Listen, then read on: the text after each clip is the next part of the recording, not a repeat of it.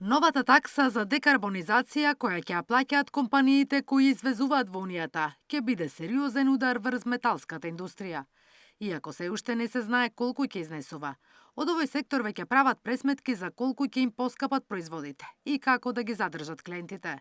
Давачката која наметна Европа, загадувачот плаќа, за почеток ќе опфати 5 сектори од земјава, кои од 1 јануари ќе плаќаат повеќе ако користат струја произведена од јаглен, нафта или газ.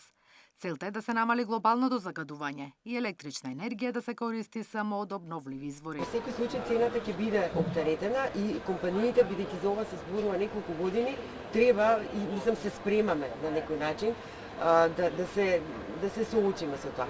Тука што доаѓа до израз? Тука доаѓа до израз односот, партнерскиот однос со клиентот. Ако ти си имал претходно некаква додадена вредност да му понудиш и си ги развивал со години некаква партнерска релација, сметам дека не може да биде пресудно тоа што во секој случај цената ќе трпи, меѓутоа и секаде цената ќе трпи. Тоа ќе си биде домино ефект. Компаниите се пред сериозен предизвик. Зелената транзиција значи и повисоки трошоци. Затоа треба да се искористат придобивките од циркуларната економија, каде од отпадот, например, се произведува електрична енергија.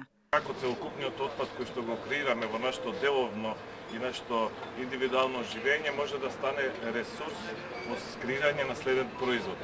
Сметам дека имаме доволно ресурси кои што го креираме во својот производствен процес и со паметно планирање на каков тип на ресурс треба да креираме во нашиот производ, можеме да ја овозможиме токму циркуларноста, зелената економија и одржливост.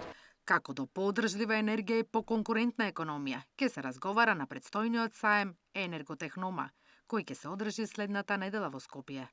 Наташа Мерсовска, Сител телевизија.